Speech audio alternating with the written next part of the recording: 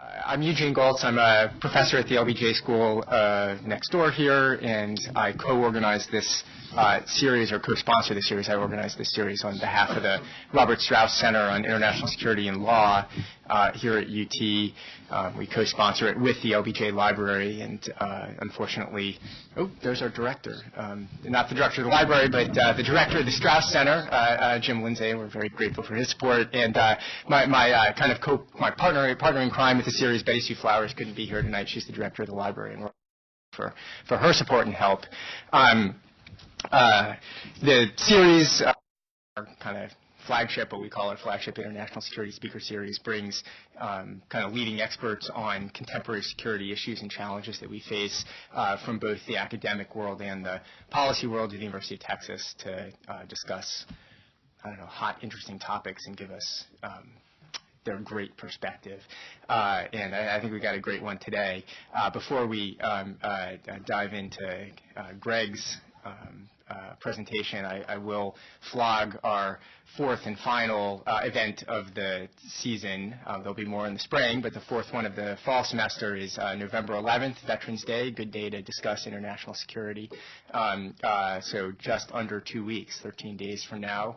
It'll actually be unusually held in the Thompson Conference Center, so not in this room, but the next building over. And it's going to be a panel discussion, also Middle East related, but more focused on oil. It'll be on military threats to energy supplies or to oil supplies.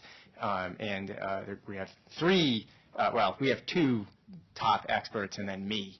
I've done a lot of work on energy security, and somehow I got put on the panel, and I'm very grateful that I won't be in the moderating role that night. Jim Lindsay, our director, who I thanked just a moment ago, will be moderating that discussion of threats to oil and the future of energy security in the Persian Gulf. So it should be a really interesting discussion. We have people from different perspectives, and we hope it'll be a kind of dynamic, part discussion, part debate, kind of engaging time. So November 11th. Tonight, though, we have someone who really knows about the Middle East, travels over there all the time, talks to all the right people, speaks the right languages, tries not to get shot, all the things that you have to do, and not to get tortured also. So I want to be broad in the things that Greg tries to avoid. I think given his political skills and the right people that he knows, he's not in danger. He's learning tremendous amounts every time he goes over there. And Greg is a professor at the University of Vermont and the professor of political science there and the head of their Middle Eastern Studies program, and has also taught at Columbia University and been a fellow at the Council on Foreign Relations. He has a great pedigree of crossing kind of the real world and the academic world, just knows a tremendous amount, writes in Foreign Affairs and a lot of other leading publications. And among other things, he has a new book manuscript, which I think is what he really wants to talk about, which is about the future of the American role and American engagement in the Middle East and the Persian Gulf region. So he's going to talk something about that, but I've been trying to twist his arm, and I know that he's going to say a few words.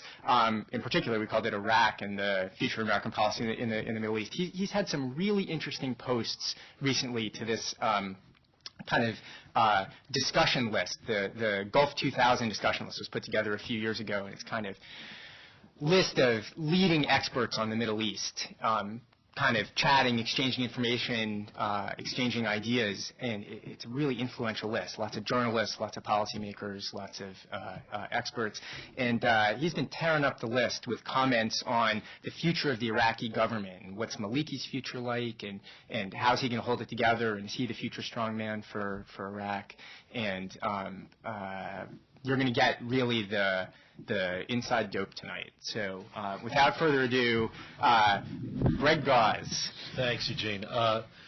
You're certainly going to get the dope. I don't know if it's the inside dope because you're getting me. Ouch. But Ouch. It's a pleasure to be in Austin. It's my first visit, particularly auspicious time to be in Austin. The University of Texas football team doing extremely well. Now, I have to say, being from the University of Vermont, you really can't match the University of Vermont's football history.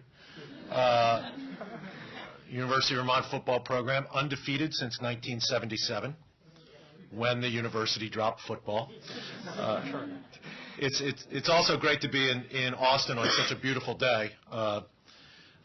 It's snowing back home in Vermont. A little early for us, but I had to say that the chance to come to Austin was extremely attractive. The invitation to speak at the Strauss Center and here at the Johnson Library was a great honor, but the chance to be outside of Vermont for the first snowstorm of the season was priceless. So thanks very much for coming. What I want to do is look at three important decisions regarding Iraq that the next president is going to have to face almost immediately upon taking office. And these aren't the big questions. These are actually smaller questions, I think, but will in many ways define where the next administration is going to go on Iraq. And so I think that there are three questions that are worth watching because they are going to come up, I think, pretty quickly. Those three questions are withdrawal to where, and I'll tell you why I don't think that it's a question of withdrawal or not withdrawal. The question is withdrawal to where.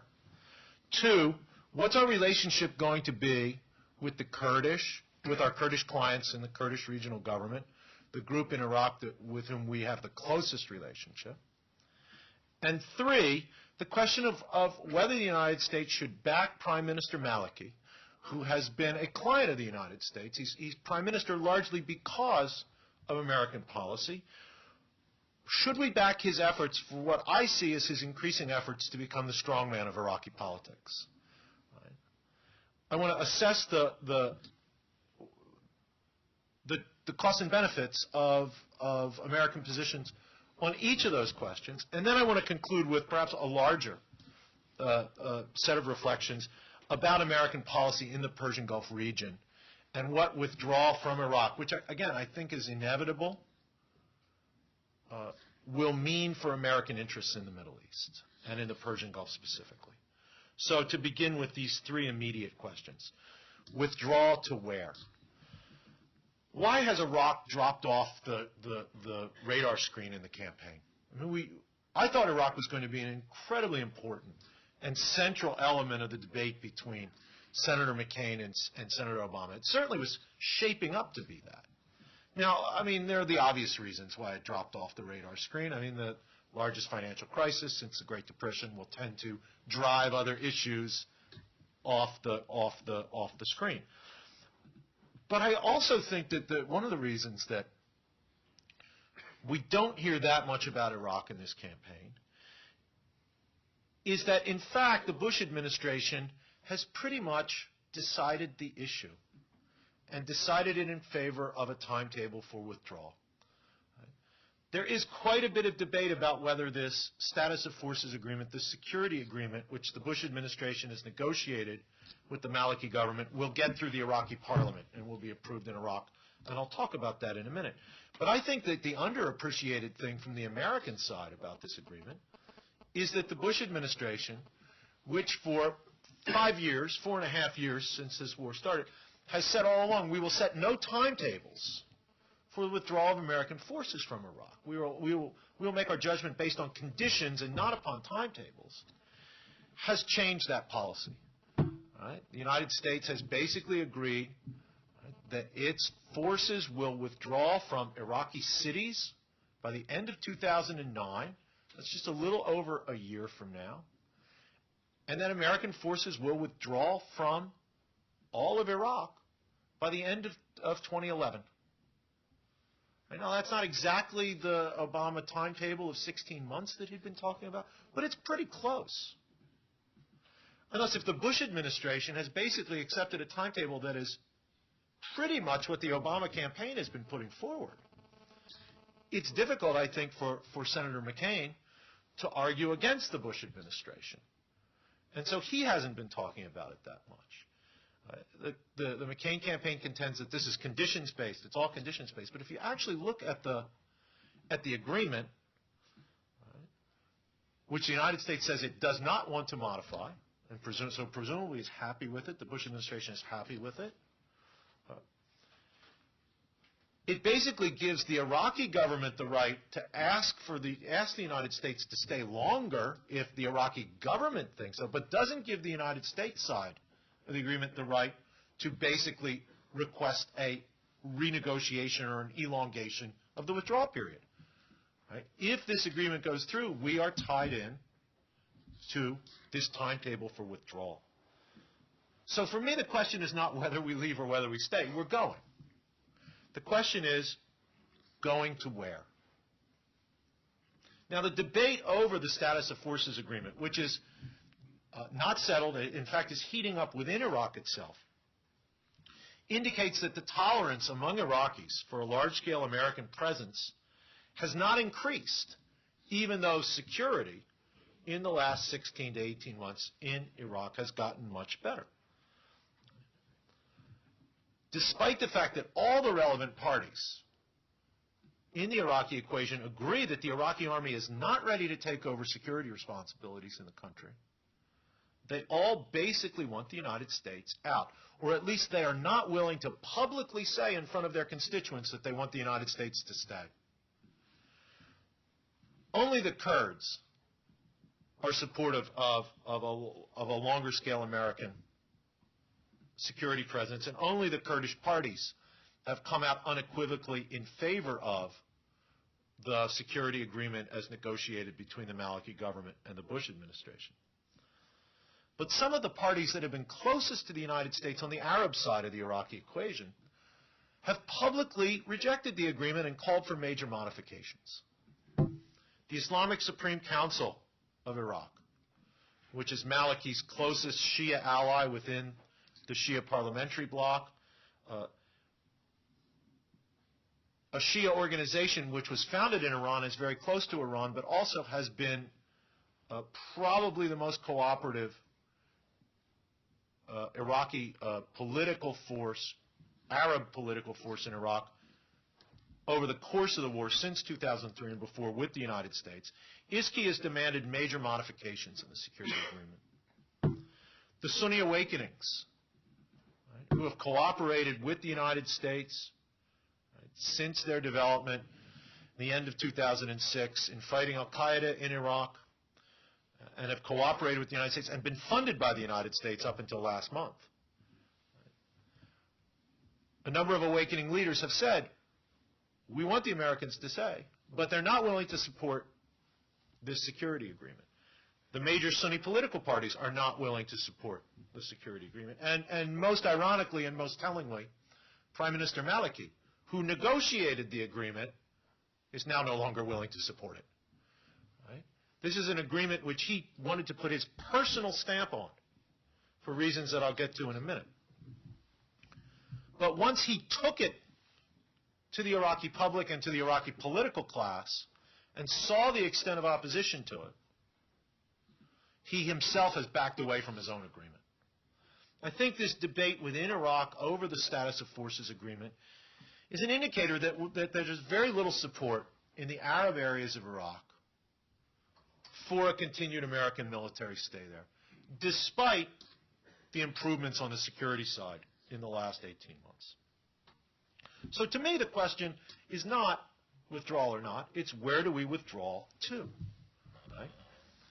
If the United States, in agreement with an Iraqi government, wants to leave a small training force in Iraq, I don't see that as a big political problem. That's something that the United States has agreements with numerous governments in the Middle East with. There's American military personnel in all sorts of countries in the Middle East, small numbers. And I don't think that would be a major problem for an Iraqi government. But does the American withdrawal involve leaving large-scale numbers of forces in Iraq to, quote-unquote, protect the borders of Iraq and to protect the airspace of Iraq, since Iraq does not have an air force? Well, if the United States does that, there's, I think, a political cost. Because to do those jobs will require a force large enough to make a political mockery of the idea that we actually have withdrawn from Iraq.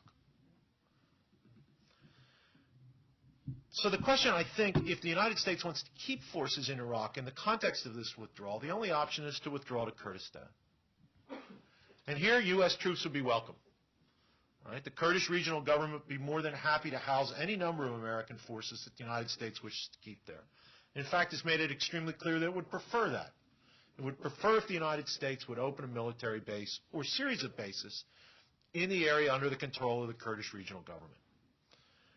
Now that's a temptation, right? Somebody wants you to stay, it's very hard to leave, right?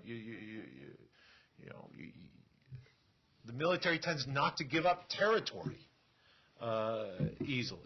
The Kurds have an excellent lobby in Washington, which will argue very strongly that America has a moral commitment to protect the Kurdish area and that the United States has a strategic interest in maintaining troops in the Kurdish area. There will also be people who will argue that leaving troops in the Kurdish area of Iraq will give us leverage on Iran, will help prevent a Turkish-Kurdish crisis from developing, and that thus it's in America's interest to do that. But there are also real political costs to an American strategy that withdraws from Arab Iraq but stays in Kurdish Iraq. There is the Turkish issue. Turkey is a NATO ally. Turkey has a complicated relationship with the Kurdish regional government. On the one hand, the Turks oppose the idea of Kurdish independence.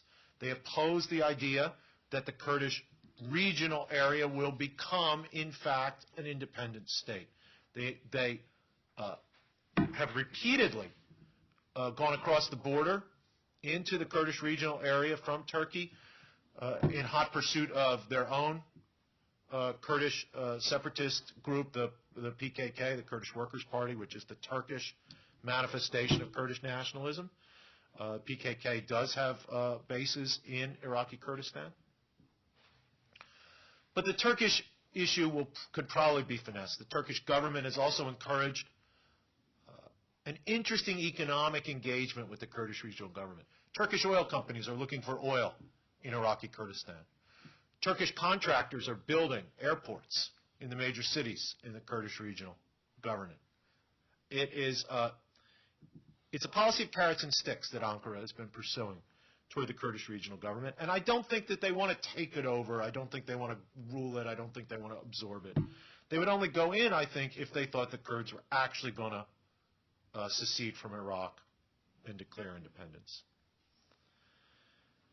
If the United States redeploys substantial amounts of its forces to the Kurdish area, Iran will certainly see that as hostile.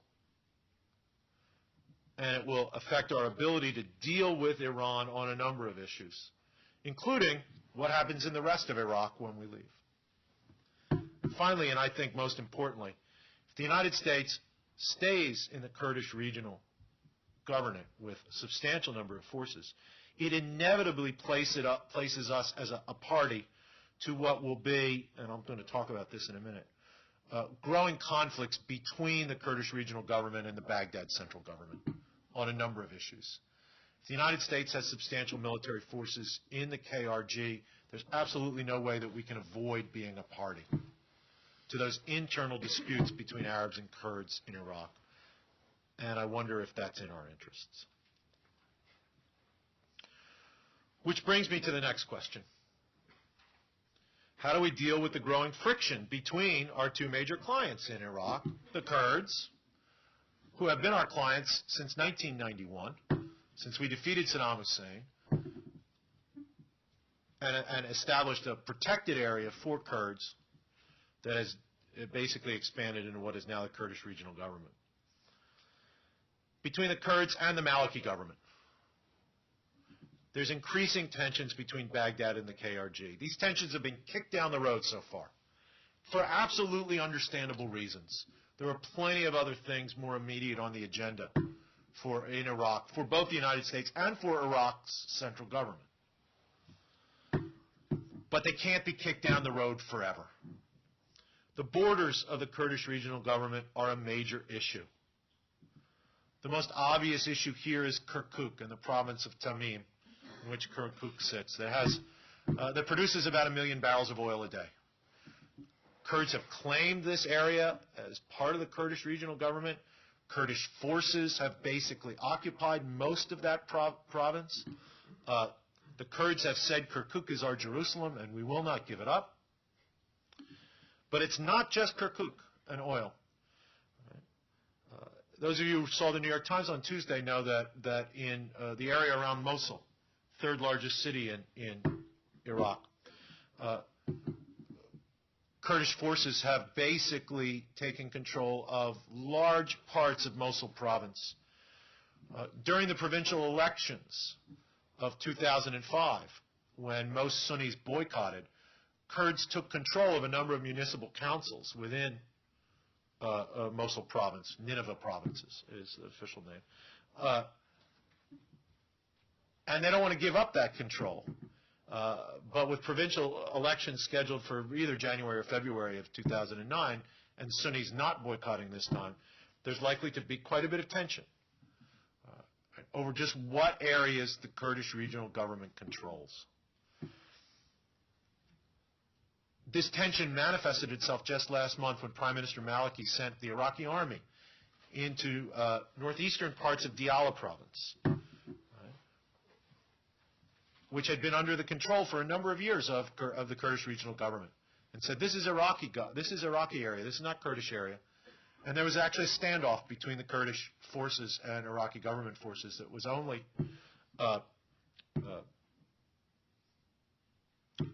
ratcheted down when Masoud Barzani, the president of the Kurdish regional government, made a trip to Baghdad, which he very, very rarely does, to negotiate a stand down and some kind of agreement to avoid a clash, not over Kirkuk, but over relatively insignificant areas, strategically insignificant areas of Diyala province. So the borders of the KRG are an issue which will be extremely difficult to finesse and kick down the road much longer. The Kurds have agreed that there will be no provincial election in Tamim province, the area around Kirkuk, this time around. Right? But they are demanding that the referendum called for in the Iraqi constitution in Tamim province about whether the people there want to join the KRG or not be held expeditiously. There's also the question of the oil law. Kurdish members of the central parliament, the parliament in Baghdad, have been blocking passage of a revised oil law in committee in an effort to put pressure on the Maliki government to accede to Kurdish demands on the border issue and in Kirkuk. And this, of course, is part of the more general issue of which the oil law is a part of regional versus central power. These issues have been finessed so far, but they can't be finessed forever. And the next American president is going to be confronted with a choice. Right? Do we support our client who is trying to build a central government in Iraq? Or do we support our clients in the Kurdish regional government who have been loyal to the United States, very close to the United States for nearly 2 decades now? That's a very difficult question. Which leads me to the third question, of which this is a part. How should the U.S. deal with Prime Minister Maliki as he seeks to consolidate his own personal power and, I think, become the strongman of Iraqi politics? This is an extremely interesting change in Iraqi politics. If you had asked anybody who follows Iraq a year ago, what do you think of Maliki? They would have said he's a clown and a buffoon and an ineffectual bumbler who will have little, if any, say in the future of Iraqi politics. In fact, the United States had to intervene last summer of 2007, to put the kibosh on efforts within Maliki's own coalition to kick him out and get another prime minister. And basically those efforts ended when the President of the United States told people in Iraq, Maliki's my guy, and I'm not going to support any efforts to get rid of him. Right? So how can Maliki make this play to be the strong man of Iraqi politics? Well, I think there are 2 important reasons. First, money in the bank. Right? Whether it's $79 billion or some other number, the Iraqis have benefited from the run-up of oil prices. Now they've run down. Right? But from the run-up of oil prices and the fact that the Iraqi government didn't have the bureaucratic ability to spend the money that was coming in. So Maliki is sitting on a lot of money. He can't spend it any way he chooses. He does have a parliament. But being the executive and the head of the government that has $79 billion or some amount of money in the bank to spread around, is not a bad basis for expanding your own personal power. The second factor is that Iraq increasingly has an army that can do things, right? Not usually independently, usually it needs American help, but that can do things, and interestingly enough, an army that follows his orders. And that remains a question of how long it will follow his orders. But what we see in the last, let's say, 6 to 8 months is an active effort by Maliki to use that money and use the Iraqi army to undercut his enemies, undercut challengers to his power both within his own coalition and outside it, and to position himself, right, as the spokesman for Iraqi nationalism within the Arab community in Iraq, and as the potential strongman of Iraqi politics. What has he done? Well, in the summer, he moved against Sadrist forces in Basra. The Sadrists, the followers of Muqtada Sadr, who are probably the most serious challenge to Maliki's authority within the Shia Arab community. Sadr it's a long history. I don't want to bore you with the details.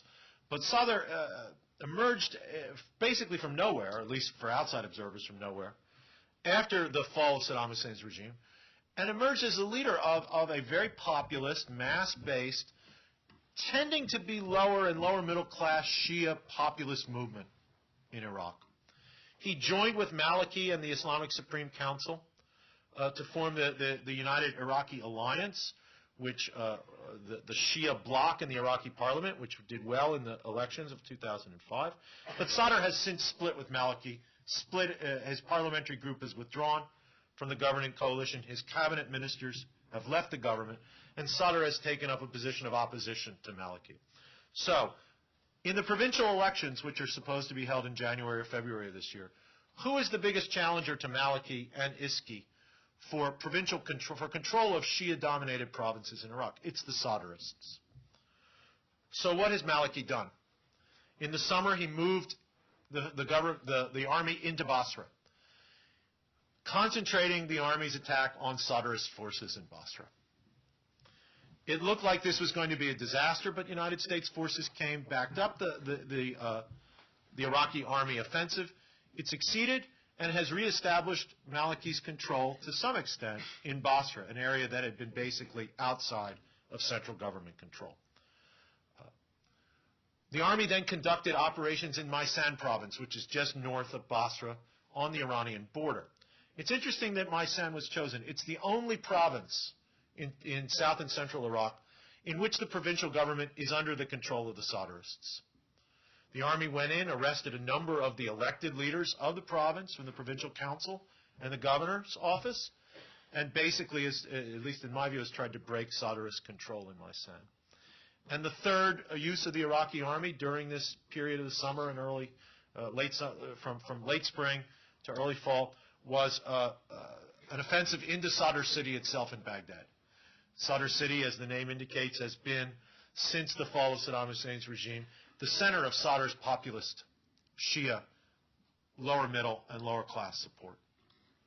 Now, in all these cases, the United States government, except the Maysan operation, the United States government supported the Maliki government's use of the armed forces, supported it logistically, supported it with air support, and supported it with ground troops as well. What else has Maliki been able to do in the last 6 or 7 months? Well, just this month, beginning of this month in October, the Maliki government has begun to take over the payment of Sunni Awakening Council militiamen from the United States. Right? These Awakening Councils are the local Sunni groups out in Anbar province and in Baghdad itself who turned against al-Qaeda, who decided to fight against al-Qaeda, who accepted American support, and the United States military presence in Iraq has been paying them. Right? You've all read in the papers, $300 a month. Right? $300 a month is what you get for being a fighter in the Awakening Councils. Now, I think the reason you always read that $300 a month figure is that the United States military authorities in Iraq wanted to make absolutely clear and transparent to the guys carrying the weapons that they were supposed to get $300 a month. Because, of course, we don't pay each one of them individually. We pay the leaders of these Awakening Councils.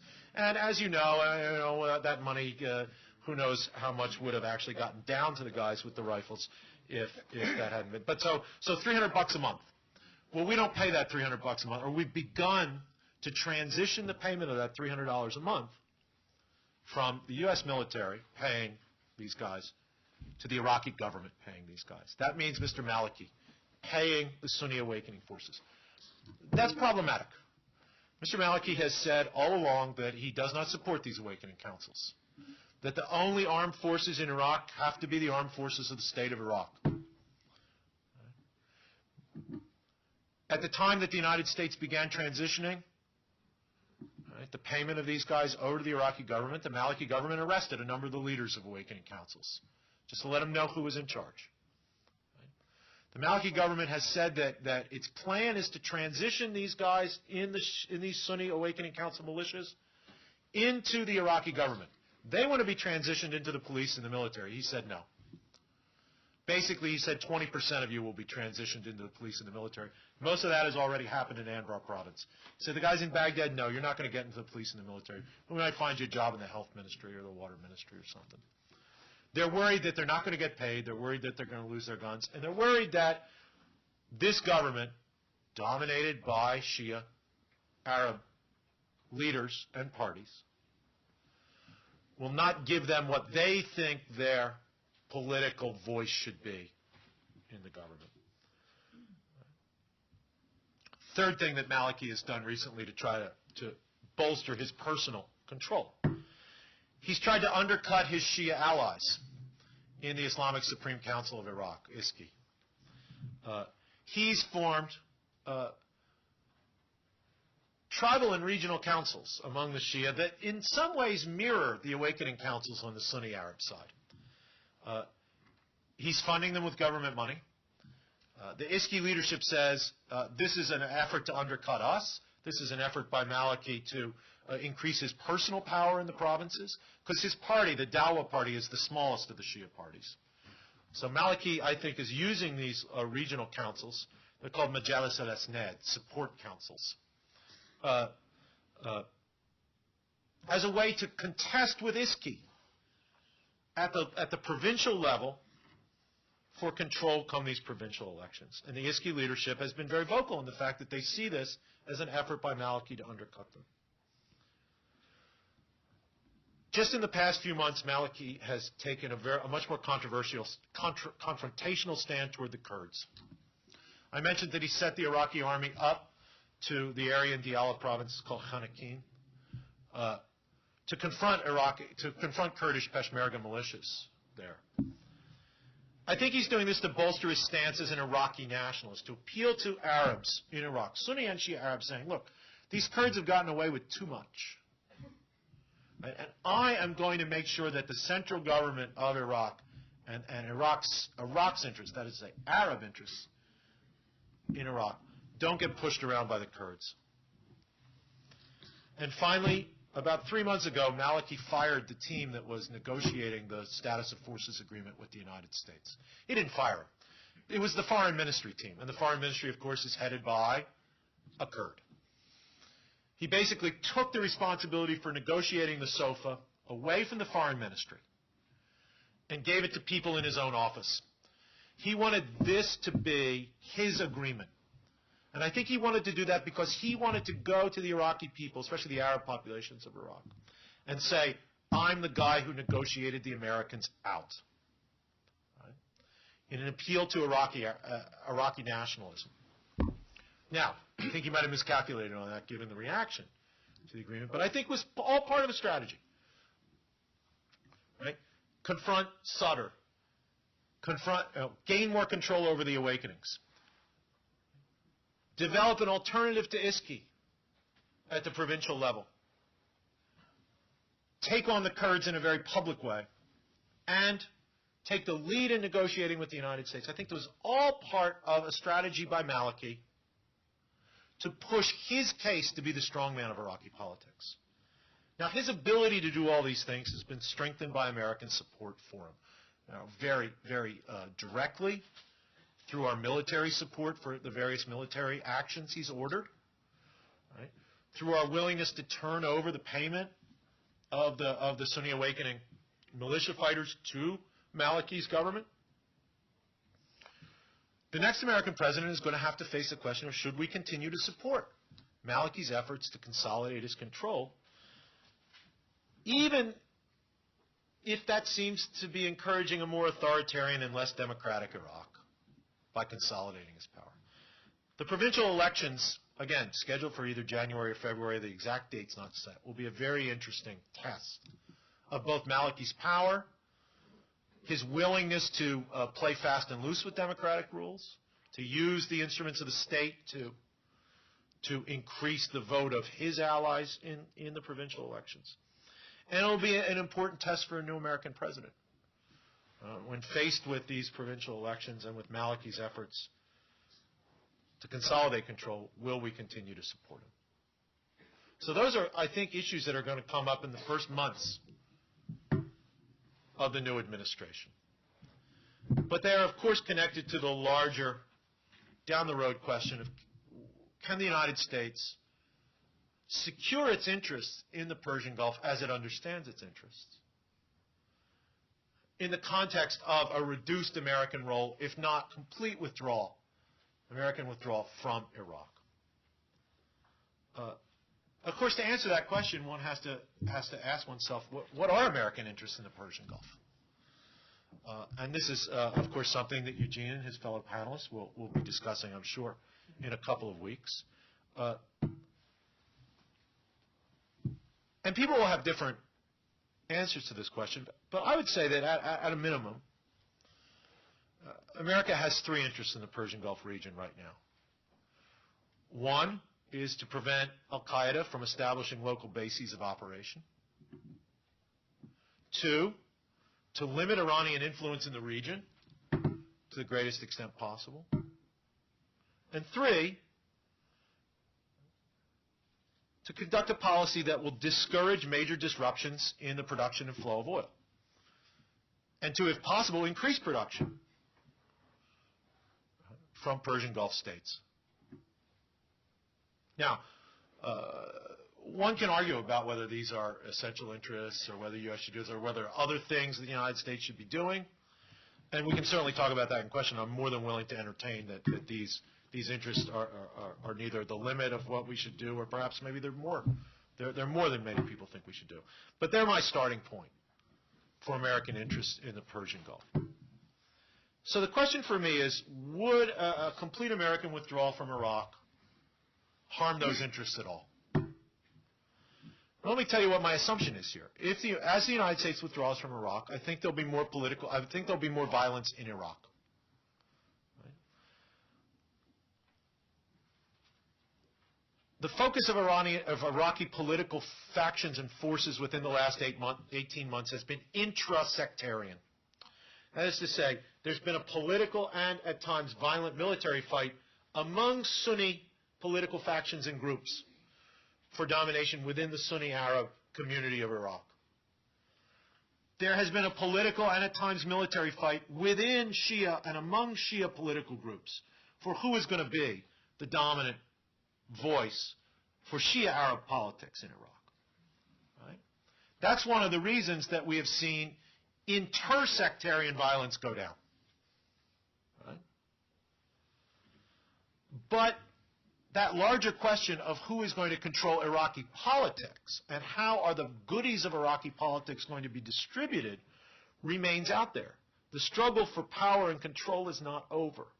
And as the United States recedes from the scene, I think it's inevitable that we're going to have some amount of violence as the various parties within the Sunni, Shia, and Kurdish communities and among those communities work that out. I don't know if that violence is going to be as horrid as the intersectarian fighting in 2006 was, in early 2007, with gangland-style assassinations, with 100 bodies turning up on the streets of Baghdad every day, every morning, with evidence of brutal torture. I don't know if it's going to be that bad. But I do think that there's going to be a shakeout that's going to involve some amount of violence. So I just presume that there will be increased violence within Iraq as the United States goes. The question is, will that violence in Iraq spill over the borders and affect these larger interests that I just set out? Well, I think it's undoubtedly true that withdrawal from Iraq will, at least in the short run, harm some of those interests. Iranian influence in Iraq, already great, would increase in the short term. There's no question about that. And Iraqi oil production progress would be set back by increased violence domestically. However, I think some of the more extreme scenarios we've heard, which basically talk about violence either spilling out of Iraq into the region as a whole, or violence within Iraq drawing in regional powers into what would become a regional war, I think these kinds of scenarios are exaggerated. And I want to talk about why I think that. There are three elements to this argument that American withdrawal from Iraq will lead to greater regional violence. Not just violence in Iraq, but regional violence in the Middle East as a whole. First, that domestic violence in Iraq will spill over into bordering countries. Kurdish violence spilling over into Turkey. Iraqi refugee flows destabilizing Syria and Jordan. Sunni-Shia tensions leading to domestic violence in Kuwait, Saudi Arabia, Bahrain. That's one argument. The second argument is that an all-out civil war in Iraq will draw in the forces of the neighboring states. Turkish intervention in the north, Iranian intervention into the south and center, perhaps Arab state interventions in response, turning Iraq into a full-fledged regional war. And third, there's been the argument that al-Qaeda would be so emboldened by our withdrawal that it would be able to reestablish itself in Iraq and take the fight against pro-American Arab regimes across the borders, into Jordan, into Saudi Arabia, and perhaps elsewhere in the Middle East. Now, nobody should bet against the worst possible outcomes happening in the Middle East. However, I think it's hardly inevitable that American withdrawal from Iraq would lead to any of these bad results, any of those three bad results that I just mentioned. The prospect for a violent spillover from Iraq is much more limited than worst-case scenarios play out, I think. As I said, undoubtedly withdrawal is going to be accompanied by violence within Iraq, as the various groups test their political strength. But it's hard to see, for me, in most cases, how that violence spills over the borders. The Kurdish area would not be subject to such violence. It's relatively well ordered now, with the important exception of this whole thing about the borders, Nineveh, Kirkuk, Diyala. The spillover prospects of violence from Kurdish Iraq into Turkey have a lot more to do with the status of the PKK in Iraqi Kurdistan than they have to do with violence in Iraq itself. Now, sectarian tensions could rise in countries like Saudi Arabia and Kuwait and Bahrain if there's increased sectarian tensions within Iraq, increased sectarian fighting in Iraq. We certainly saw that in 2006-07. Sectarian tensions in these neighboring states, these states close by, did increase as the sectarian and violence in Iraq increased. However, increased tensions and the spillover of violence are two very different things. The state in all of these countries, Saudi Arabia, Kuwait, and Iraq, the states have adequate police forces and security forces and are more than willing to use them to sustain order and state power. The most likely areas of spillover from Iraq are Syria and Jordan, which have taken in the bulk of Iraqi refugees. International efforts would be necessary to support these states and relieve the financial burden upon them of new refugee flows, which could come from increased violence within Iraq. And this is a serious issue, and it's been a continuing issue that these states have lived with for the past 3 years. But it's a far cry from a picture of widespread regional destabilization that one sometimes hears. So I don't think that an American withdrawal from Iraq would lead to such violence within Iraq that that violence would spill over the borders and destabilize the domestic politics of neighboring countries, Syria, Iraq, Saudi Arabia, Kuwait, even Turkey. How about the second scenario, that violence within Iraq will draw in the armies of the neighboring states and turn Iraq into a regional war? I think this is highly unlikely. First, there's already substantial foreign intervention in Iraq, besides our own intervention, with 140,000 American troops there. The Iranians have considerable influence in Iraq. There are knowledgeable observers of Iraq, I know, who have access to evidence that I don't have access to, who contend to me that the most powerful foreign country in Iraq right now is Iran, and that includes the United States. The Iranians already have the influence that they want in Iraq. The Saudis are trying to build influence in Iraq, but they're late to the game, and it doesn't look like that they're going to be able to. Well, they'll continue to try to build that influence. There's no question about that. And the Turkish military will intervene in Iraqi Kurdistan when it thinks it's necessary. But all these things have happened with American troops in Iraq already.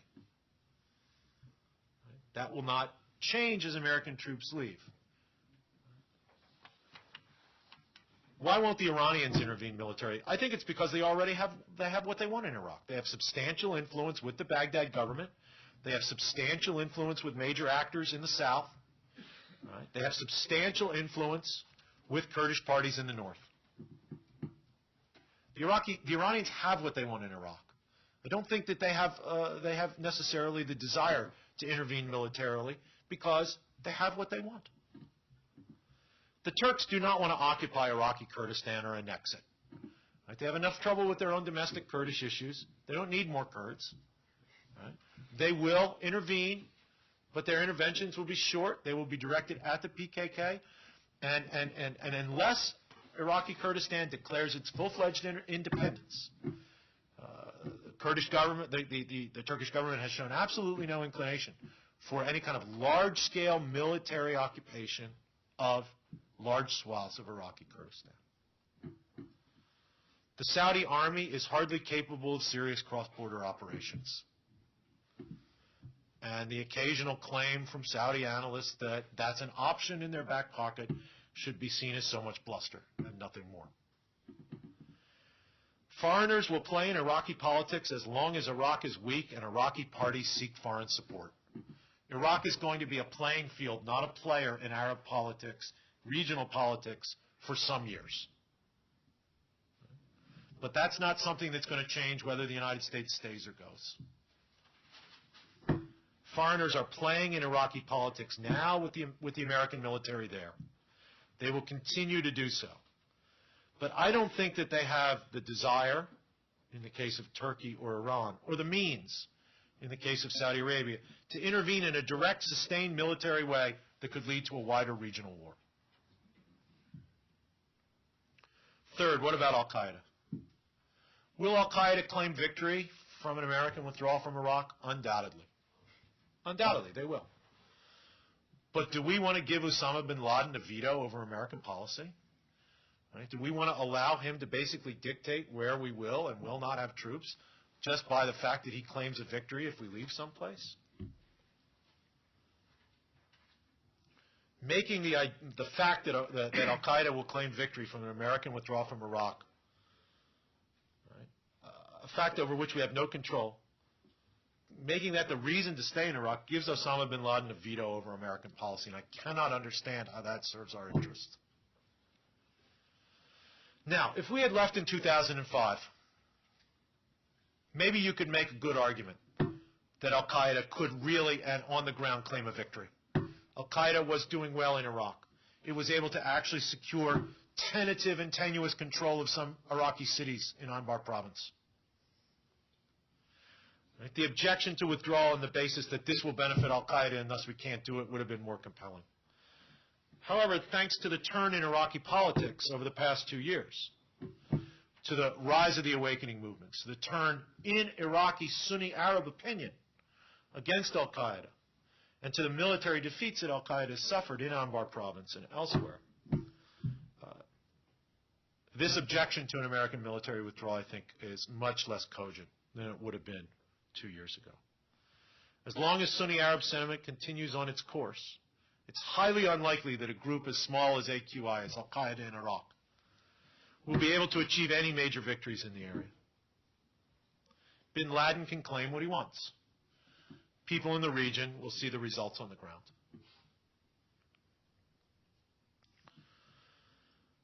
Can the United States contain Iranian influence in the region if it withdraws from Iraq? I think it can. First off, we know we're not leaving the region. We know we're not leaving the Persian Gulf.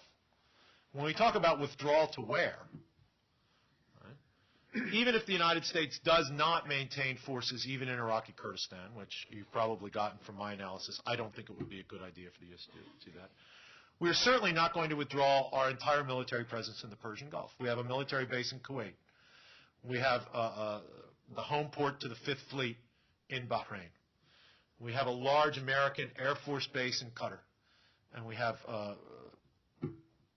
supply depots where we pre-position equipment in both Kuwait and Qatar. We have access agreements to naval facilities and air bases in the United Arab Emirates and Iran and Oman. Not Iran, and Oman. We have military access agreements with Egypt and with Jordan. We have military cooperation with Saudi Arabia. The American military is not leaving the Gulf region or the Middle East if we leave Iraq. Secondly, this has undoubtedly been a period of the increase of Iranian influence in the Middle East. But true to form, right, the Middle East, whether you think it's a product of some kind of particular diplomatic culture or whether you think it's just good old-fashioned balance of power politics working, right? Regional blocking alliances are already forming to try to block the increase of Iranian influence in the region. And Iranians will have the Iranian government will have its own problems with Iraq. As we leave and Iran becomes the dominant, the acknowledged dominant foreign power in Iraq, it will have its own problems. It has played many sides of the street in Iraq. Right? I mentioned the splits within the Iraqi Shia Arab community, with the Sadrists looking at Maliki and Iski as competitors. Well, Iran is the patron of all those groups. How the Iranians deal with their own clients, I think, will be a very interesting thing, and I won't mind sitting back and watch them trying to do it. Finally, with oil prices going down, right, one of the major elements of Iranian political strength and influence in the Arab world, right, is lessened. Right? Iran has its own internal domestic economic and political problems. It will have elections for the presidency, right, in the fall of 2009, I believe. Whether Mr. Ahmadinejad wins or not is an open question. We could be looking at a very different Iran at the end of 2009. Not a completely different Iran, but an Iran at least with an elected president who might not have the same aggressive agenda that Ahmadinejad does. Iran's influence in the region is mostly with non-state actors. Right? Governments form blocking alliances against Iran. It's Hezbollah, Hamas, Iraqi Shia groups. These are the factions and the players with which Iran has the most influence. Now, that's not going to end, right, no matter what the United States does in Iraq. But a skillful American diplomacy could lessen Iran's advantage with those countries. And here I think that the central player is Syria. An effort to move Syria away from the Iranian alliance will lessen Iran's ability to influence events in Lebanon through Hezbollah. Not remove it, not destroy it, not eliminate it, but lessen it. And any kind of progress, of course, on the Arab-Israeli front will lessen Iran's influence within the Palestinian community, particularly if Hamas and the Palestinian Authority, Fatah, can be brought together into some kind of negotiating front, which is not an easy thing, and I'm not predicting it would happen. But there are efforts to do it, efforts being conducted by American allies, Egypt, Saudi Arabia. It will make it harder for Iran to manipulate Palestinian politics to advance its interests. Without a doubt, Iran is going to be a challenge to the United States. Iranian influence is substantial. It comes through ideological affinities with groups like Hezbollah. It comes from the fact that Iran is now the only government in the Middle East taking an extremely hard-line rejectionist position on Israel. All the Arab governments are basically willing to deal with Israel. Some of them already have peace treaties with Israel. They're all on record as basically saying they're willing to accept a two-state solution to the Palestinian-Israeli struggle and follow that up with recognition of the State of Israel. The Iranians use the anti-Israeli message to try to mobilize public support in the Arab world, right, for their non-state actor friends. Right? This is going to be a continuing challenge.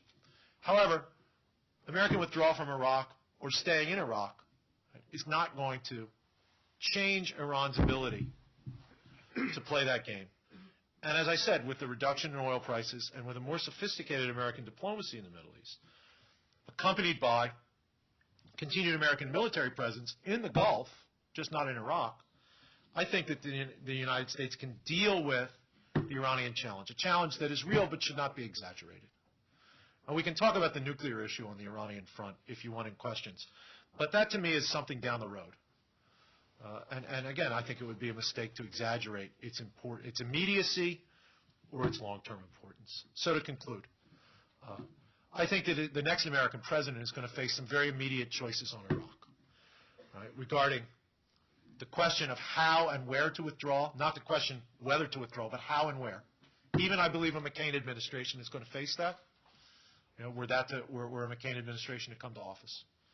It's going to face important questions about the rising inability to avoid the political issues between Kurds and Arabs, between the Kurdish regional government and the central government in Baghdad, America's two clients in Iraq.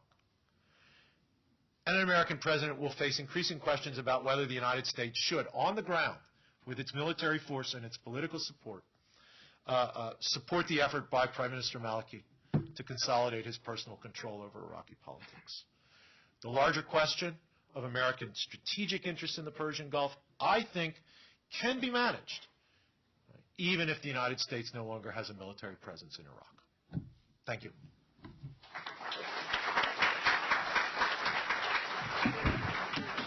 Great.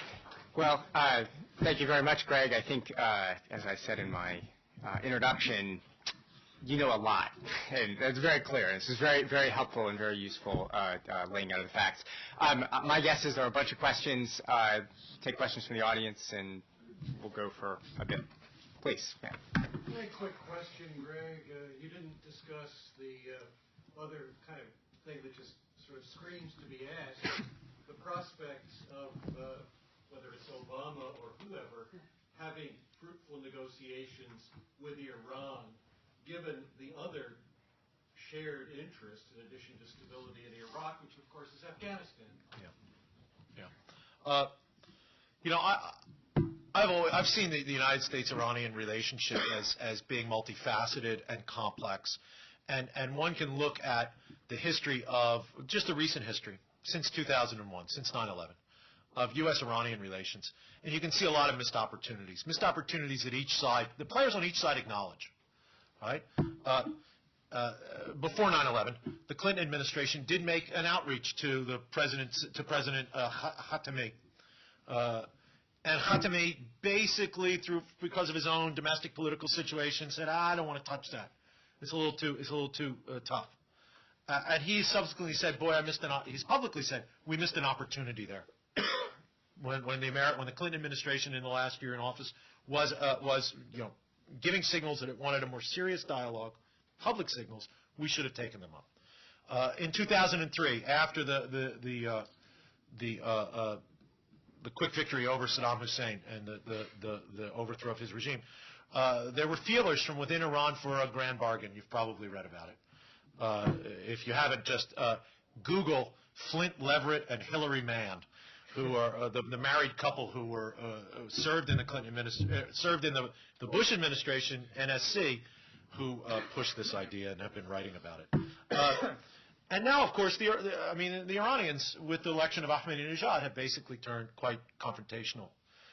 But there has been common interest, and there has been some amount of cooperation on Afghanistan. U.S. and Iranian diplomats sat down in the 6+2 talks in Bonn. to help put together an Afghan government after the after the overthrow of the Taliban by American military forces and Afghan opposition, and Iranian and American ambassadors occasionally sit down in Baghdad to talk about Iraq. So there's a lot of parallel interests, and it seems to me that if you can get over the domestic political sensitivities in America, we have plenty to talk to about Iran, talk to Iran about. Now the problem here is I don't think we have much leverage right now. But, and this is following Tom Friedman, which I kind of hate to do since the Iraq War because I think he was all wrong about it. But you know, he's still right about some things. The fall of oil prices could give us, and this is what Friedman talked about today, the fall of oil prices could give us some leverage with Iran. And Iran at $140 a barrel is a lot more self-confident than an Iran at $65 a barrel. Right? And that might be the opening for a little bit of leverage to talk. And me, I'm happy to do a grand bargain with the Iranians. You know, the question of how one finesses the nuclear issue is a very, very difficult one. But I don't think it's beyond the wit of American diplomacy and Iranian diplomacy to find a way that both sides can accept, find a formula that both sides can accept. So no, me personally, I'm all in favor of it. I worry that with Ahmadinejad in office, it would be very difficult, both because I don't think he's particularly disposed to it, and because for a new American president to deal with Ahmadinejad, particularly if his name is Barack Hussein Obama, might elicit domestic problems for him at home. But I would look to the Iranian election in I forget what month. Anybody know what month it's going to be in? Any Iran experts in the audience? I think for some reason, I think it's October of 2009. But sometime in late summer, early fall 2009, before the snow starts to fall in Vermont, that this Iranian election will occur, and we'll see what happens. What are the chances that the Kurds will opt for independence? I think that they're fairly small in the short term and fairly large in the long term. I think it's right. The long term is once we leave, there are fewer restraints on the Kurds. Right. I think that if they rationally calculate the costs and benefits of the move, they won't do it, right? Because they've got a Turkish government that is dead set opposed to that, a Turkish government which invests a lot of money in the Kurdish area, a Turkish government which, if the Kurds actually do get the oil fields in Kirkuk, that pipeline goes through Turkey, right? And the Turkish government can cut it off anytime it wants. They will face an Iranian government which has its own Kurdish issues and doesn't want an independent Kurdistan. It will face a Baghdad government for whom this is unacceptable in the beginning of a long-term war, right? And they will find a United States that basically says, no, don't do it, no, don't do it, no, don't do it.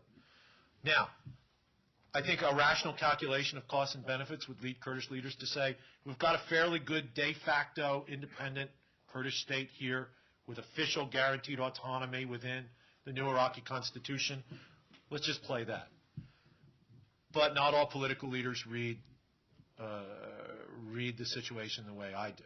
We know one thing. The last time there was an election in Kurdistan, a bunch of enterprising young Kurdish college students set up a parallel poll outside every voting area where they asked people after they had voted to come on out and just say, do you want to be independent or no? Just, click yes or no on this piece of paper, and we'll count them up. It's just a poll. Over 90% of the people said they wanted independence. And when you get that kind of domestic political support, you could find leaders who, in certain situations, think this is the time. If there's more civil strife among Arabs in Iraq, and the Baghdad government looks extremely weak, if there are other political signals in Turkey and Iran that maybe for temporary reasons these governments are unable to do anything, it's entirely possible that a Kurdish leader will say, now's the time, and we're going to do it, and they'll raise the Kurdish flag. Well, the Kurdish flag's already raised. You can't find the Iraqi flag in Kurdistan right now. You just find the Kurdish flag, right? But it's possible. It's possible, but I think it would be it's impossible while we're there because we'll just veto it. As we leave, it becomes more possible. I still think unlikely, though. There you go. Yeah. I was wondering, what is the clear to me how would you use the term client? How would that be defined exactly in the sense you're using it? And what would be some examples of Iran's clients? You mentioned some. Sure. Iran's clients. Well, let's list them. ISKI, the Islamic Supreme Council in Iraq, was founded in Iran by the Iranian government during the Iran-Iraq War. It was called the Supreme Council for the Islamic Revolution in Iraq at that time. They dropped the revolution part a couple years ago because they said, well, we don't need it anymore. We're in charge. So ISKI is, and their brigade and their militia, the Badr Brigade, which has been largely integrated in the local police and the military, was created by and officered by the Iranians. Okay, so that's one. The Sadrists, the most independent of the Iraqi Shia groups, right? In fact, Sadr's initial claim and initial beef against ISKI is these guys are the exiles. We're the real Arabs. We stayed in Iraq and we suffered while they were sitting with the Iranians. Right? Sadr put himself forward as an Arab Iraqi nationalist. But over the years, his militia, the Mahdi army, the Jaish al-Mahdi, has fallen under some amount of Iranian influence. Sadr himself is spending more time in Iran. The Iranians basically negotiated the ceasefire in Basra after the Iraqi army went into Basra this summer, demonstrating their influence over both the Sadrists and the Iraqi government. Maliki himself and his Dawa party, less a creature of Iran than ISKI, but Dawa spent time in Iran. Maliki himself spent time in Iran when in exile.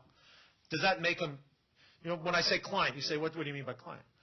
I don't mean that these people just do everything that the Iranians say. They're just conduits for Iranian decision-making, any more than Hezbollah is a conduit for Iranian decision-making, or any more than our clients in the Middle East are conduits for American decision-making, right? The relationship between patron and client is one filled with tension and negotiation, right? But what does Iran give to these groups? It gives money, it gives arms, it gives political support and political cover.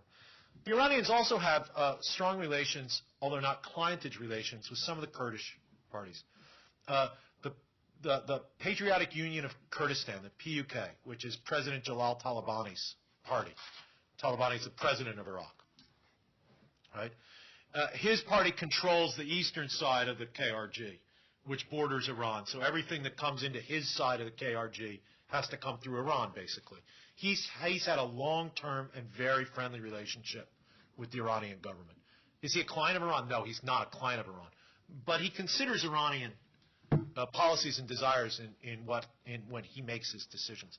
Now, there have been accusations that the Iranians have also sponsored Sunni groups in attacks when Sunni groups were attacking the United States. I don't know how to evaluate those claims, frankly. They come from American sources that might have an interest in portraying Iran as even more nefarious than it already is for American interests. And I just don't know how to evaluate them. On the other hand, I can't rule that out either, right? I mean, the enemy of my enemy is my friend is an old American expression, but people in the Middle East do sometimes follow it too. Okay, so those are Iran's allies in Iraqi politics. Some of them I would define as clients. Clients are people who take money, take arms. In the front. So you suggested that Iraq or Maliki can maintain his central government and consolidate his power, maybe by granting the Kurds a degree of autonomy, maybe granting them power over Kirkuk. He can maintain the loyalty, at least in the short term. Yeah. He can maintain the loyalty of the Sunni by granting them these $300 grants to participate in the military, and then maybe later moving them into public sector jobs.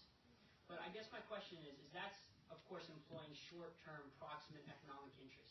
How can Maliki go about building a really meaningful Iraqi national identity that transcends sectarian divisions? He can't. No individual can do that. That's a long-term project. I don't say it's impossible. Iraq during the monarchical period and into the Republican period had an extremely cosmopolitan, cross-sectarian, cross-ethnic elite. That elite was extremely thin, okay? But it was Iraqi. It intermarried across Arab Kurdish lines and Sunni Shia lines. It staffed up what many people considered the most effective and least corrupt bureaucracy in the Arab world. This is before sanctions, right? I think among Arab Iraqis there is a strong sense of being Iraqi. I don't think Arab Iraqis want, Shiistan in the south and Sunnistan in Anbar province. I think they want Iraq because they think of themselves as Iraqis. And so you can play on that. You can't really do it with the Kurds, but you can with Arab Iraqis. And so I don't doubt that's a possibility, but it's a long-term project. If you want to take steps in that direction, you're right.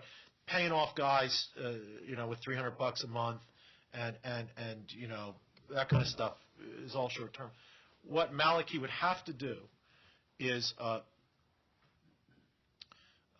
two things that seem contradictory. He would have to take a tougher line on the Kurds to consolidate Arab-Iraqi support, while keeping a line open to the Kurds saying, look, we can negotiate an agreement where you remain Iraqi but autonomous. Right? So tougher line on the Kurds and a tougher line on the United States to consolidate some amount of personal support.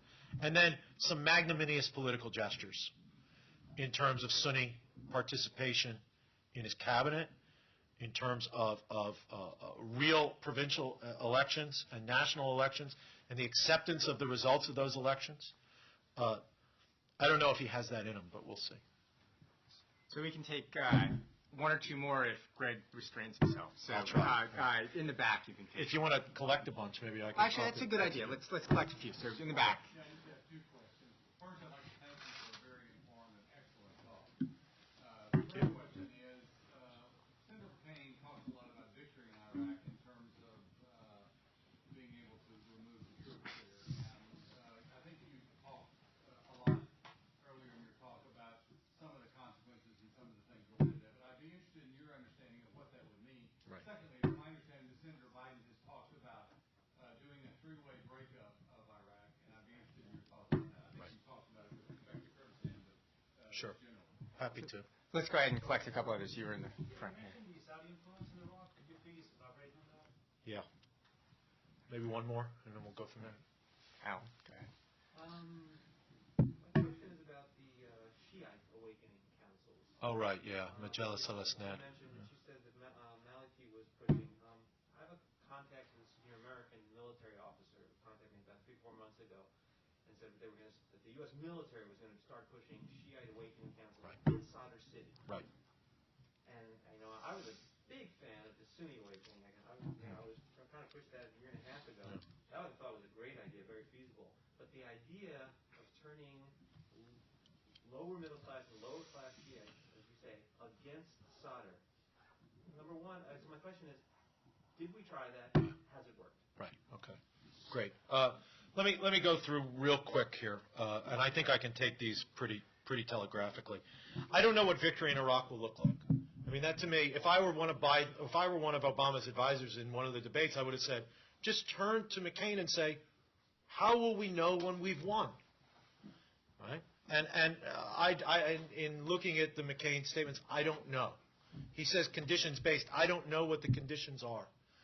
If the conditions are a stable, unified, pro-American Iraq that's at peace with Israel and has no internal divisions and conflicts, well, then the 100-year time frame that McCain kind of offhandedly mentioned early in the campaign might be what he's thinking. The Biden plan is just a non-starter from the get-go. First off, I said I don't think Iraqi Arabs want it.